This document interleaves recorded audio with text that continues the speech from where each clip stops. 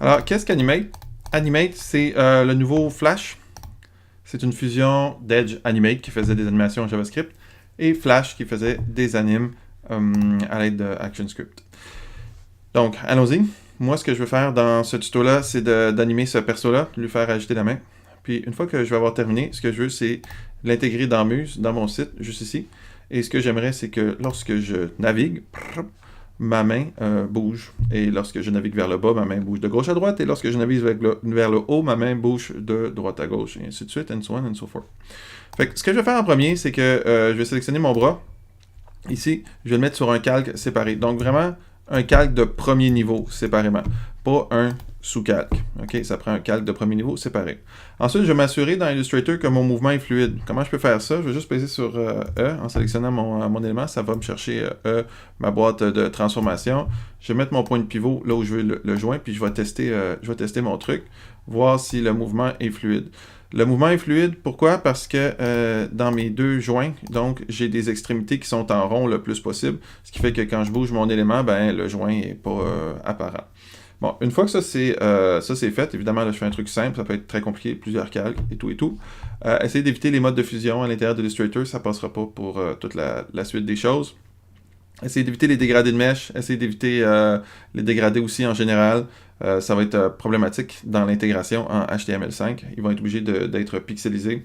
Fait que du coup, ça va créer quelque chose de moins intéressant au niveau du tableau d'ensemble de votre visuel. Donc, des aplats de couleurs simples, le moins de points d'ancrage possible, le moins de complications possible. Lorsqu'on a fini notre élément Illustrator, on l'enregistre ici. Je vais juste me faire un nouveau dossier ici. Poum, j'enregistre ça en AI, simplistiquement. OK? Option par défaut, pas de problème. Puis ensuite, je m'en vais dans Animate. Donc, je regarde ma fenêtre ici. Ce que j'ai ici dans Animate, c'est mon scénario. Si je ne le trouve pas, il est là, fenêtre, scénario. J'ai mon panneau d'action que je vais laisser pas loin parce qu'éventuellement, je vais m'en servir. Pas dans ce tuto-ci, mais pas longtemps.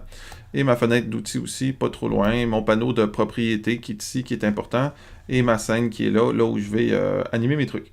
Bon, alors, commençons donc. Dans tout ce qui est HTML5, CSS3, tout ce type d'édition-là, avec les logiciels, je vais vous conseiller de tout le temps enregistrer au préalable avant de commencer à éditer, parce que c'est des liens relatifs avec des ressources. Fait que c'est mieux s'il peut trouver son chemin en cours de route. Je vais importer mon personnage. Donc, j'importe mon bonhomme ici en AI, comme cela. Et voilà. Et là, les options d'importation, qu'est-ce que je vois ici? J'ai mes calques qui sont là. Oui, je vais sélectionner tous mes calques.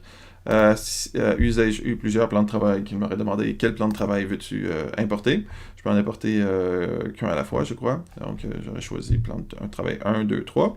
Convertir les calques en, et c'est là qui est la chose importante, je veux avoir chaque calque d'Illustrator pour un calque Animate. Autrement, ils auraient tous mis sur un calque Animate.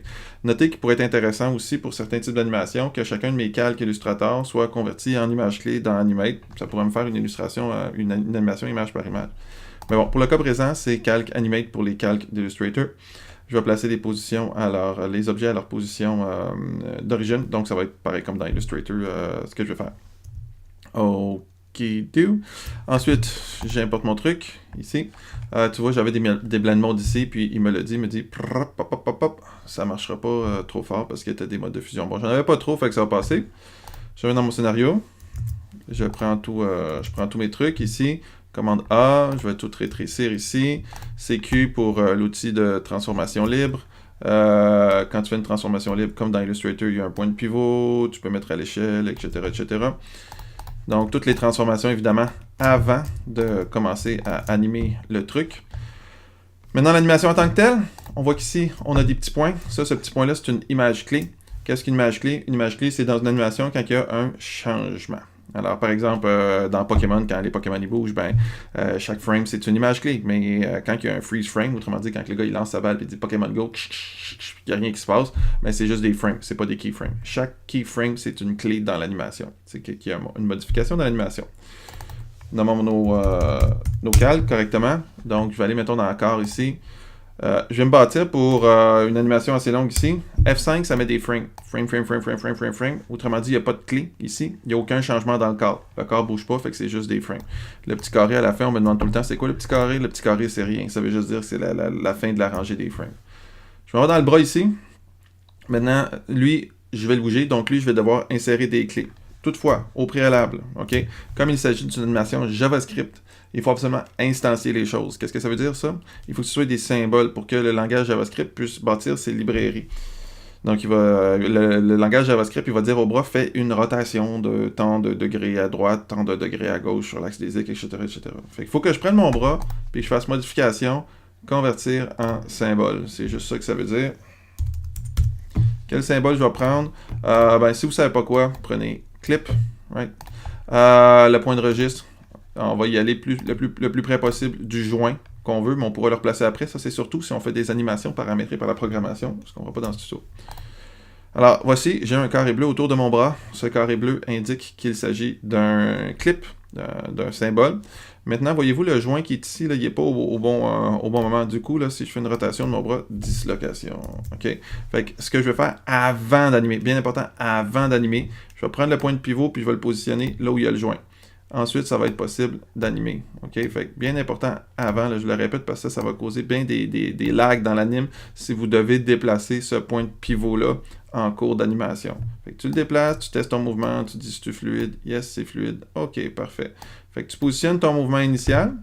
Ensuite, tu t'en vas un petit peu plus loin. Tu dis OK, là, je veux qu'il fasse un mouvement de bras. Donc là, qu'est-ce que tu vas insérer? Insérer scénario, image, clé. Image clé, ça veut dire que tu veux un changement. Fait qu'il met la main par en haut, par exemple, ici. OK. Image clé numéro 1, image clé numéro 2. Je m'en vais un petit peu plus loin. Je bâtis mon anime. Tiens, ici, par exemple. Je vais mettre une image clé. Le raccourci, c'est F6, parce qu'on en met souvent. Fait que, tiens, F6 ici. Et à la fin, moi, ce que j'aimerais, c'est que j'aimerais avoir exactement la même affaire qu'au début. Fait que ce que je peux faire, c'est que je peux copier mon image clé, aller à la fin et faire coller les images. Okay? Ça, c'est une façon de le faire. Une autre façon, c'est juste prendre l'image clé, un clic, puis après ça, un deuxième clic, Alt enfoncé, ça copie l'image clé. Fait que j'ai tout m'arrangé, j'ai une clé, frame, une autre clé, frame, freeze, frame, image clé, donc image clé, keyframe, freeze, image clé. Fait que là, ça me donnerait une animation qui serait un petit peu saccadée. Moi, ce que j'aimerais, c'est que ça soit, qu'il y ait une certaine vélocité dans cette animation-là, une genre que ça bouge fluidement. Fait que je vais prendre toutes mes images clés ici. Je vais faire un clic droit, puis je vais faire créer une interpolation classique. C'est classique qu'on veut lorsqu'on transmet ça en HTML5. C'est le plus facile à coder en JavaScript. Fait que ça va faire, ça va créer l'interpolation. Donc, ça va créer les mouvements intermédiaires entre chacun des clés. C'est vraiment le même fonctionnement que ce qu'on avait à l'intérieur du Flash traditionnel. Fait que ça, c'était les bases de l'anime. Quand je fais Enter, ça joue. OK, bravo. Bravo, papi. Alors maintenant... c'est fini pour l'animation, pour ce tuto-là. Là, je vais passer dans la phase d'intégration. Comment est-ce que je fais si je veux intégrer ça à l'intérieur de Muse? Puis que ça bouge quand ça scrolle. Première affaire, il va falloir que ce soit arrêté au début. Fait que pour que ce soit arrêté au début puis pas que ça bouge, ça c'est la tête de lecture. Je vais l'amener au début ici. Alors, je vais prendre ma tête de lecture au début. Je vais la mettre au début de mon anime. Et là, fenêtre d'action. Je dois écrire un petit peu de JavaScript. OK? Pas de panique, Loulou, pas de panique. Ici, on a fragment de code, okay, qui nous permet d'écrire du JavaScript pour nous. Qu'est-ce qu'on a? On a, nous, HTML5 Canva. C'est des petites librairies de code super pratiques. HTML5 Canva, c'est ça qu'on veut. Donc, on va chercher navigation dans le scénario, parce qu'au fond, c'est navigation dans le scénario. On veut naviguer ici, ou arrêter, ou aller et continuer à jouer. Donc, je vais cliquer ici, je vais dire arrêter la lecture à partir de cette image. Clic. Qu'est-ce que ça va faire lorsque j'ai fait clic? Ça me crée un nouveau calque qui s'appelle Action. Ça me crée une image clé qui est vide, en l'occurrence, et sur laquelle il y a un petit A. Et là, mon panneau Action, il a popé, ici.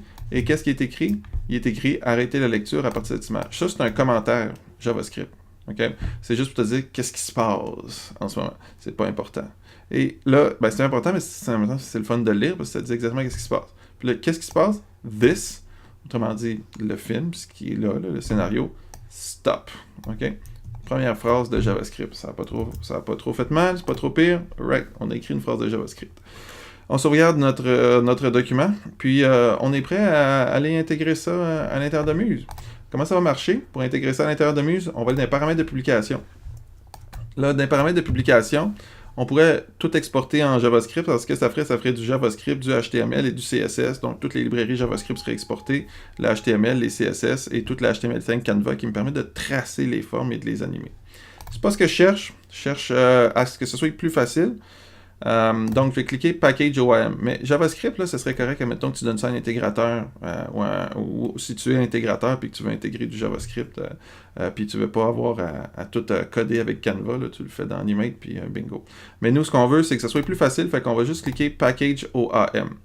Package OAM, ce que ça va faire, c'est que ça va faire du JavaScript, ça va l'encapsuler dans ce genre de format super user-friendly. Gérer à partir de l'image actuelle le PNG. Notre PNG qu'on va exporter va être transparent si je fais ça. Ça, c'est une affaire, ok? Mais c'est juste le PNG, c'est comme genre le EPS qu'on met dans InDesign quand on travaille en édition. L'idée, c'est de dire que tu veux un arrière-plan transparent pour juste le preview, mais ça rend pas ton anime transparente, ok? Je vais vous montrer comment rendre votre anime transparente après. Fait que nom de la sortie, ici. Fait que je vais enregistrer ça dans mon dossier tuto. OK, je paye sur le petit dossier pour dire où est-ce que tout ça, ça s'en va. Je fais publier. Là, il me donne tout le temps ce message-là. C'est pas important. Ça m'a jamais causé plus de problèmes. Là, dans Muse, qu'est-ce que je fais? Je fais fichier, importer.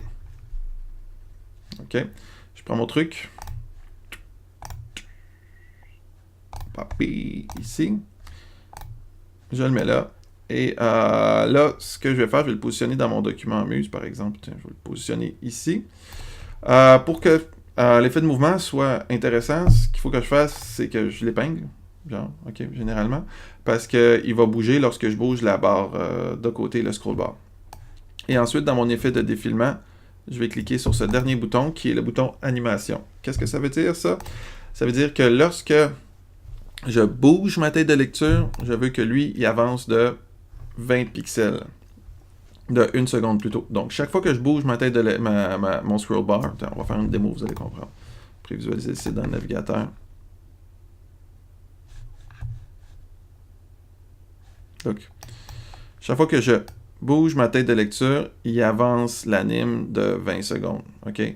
Quand j'arrête de bouger, ça arrête. Mais quand je remonte, ça remonte. Là, c'est super saccadé, c'est super rapide. Parce que 20 pixels, c'est comme le scroll bar ici. Tac. OK, ça fait, voilà, 20 pixels. Fait que si tu veux que ça soit plus fluide le truc, tu peux dire, ben, chaque fois que tu avances de, no say, 200 pixels, par exemple. OK, 200 pixels, c'est comme la moitié de l'écran. Fait que là, je vais faire un prévisualiser le site. Regarde, chaque fois que j'avance de 100 pixels, il bouge de 1 seconde. Tu vois? Fait que tu peux jouer sur les différentes affaires comme ça. Puis bon, évidemment, ça pourrait être plein de choses qu'il y a dans ton Animate. Ah oui, le fond transparent, gars, il y a un fond blanc là-dessus. Si tu veux avoir un fond transparent à ton anime, ce qu'il faut que tu fasses, c'est que dans Animate, modification, document, puis là, tu fais couleur de la scène, puis là, à alpha, tu mets 0. OK? Tu as juste à republier, fichier, publier. OK, je vais aller dans Muse. Ici, je vais le supprimer. Je vais le réimporter. Juste pour vous montrer. Voilà. Je vais l'épingler. Je vais recocher animation, avancer de 1 seconde chaque. Pouf. Et voilà. Le fond va être transparent. OK, fait que vous savez tout pour faire des animes interactives là, qui bougent en même temps que le scroll bar dans Muse.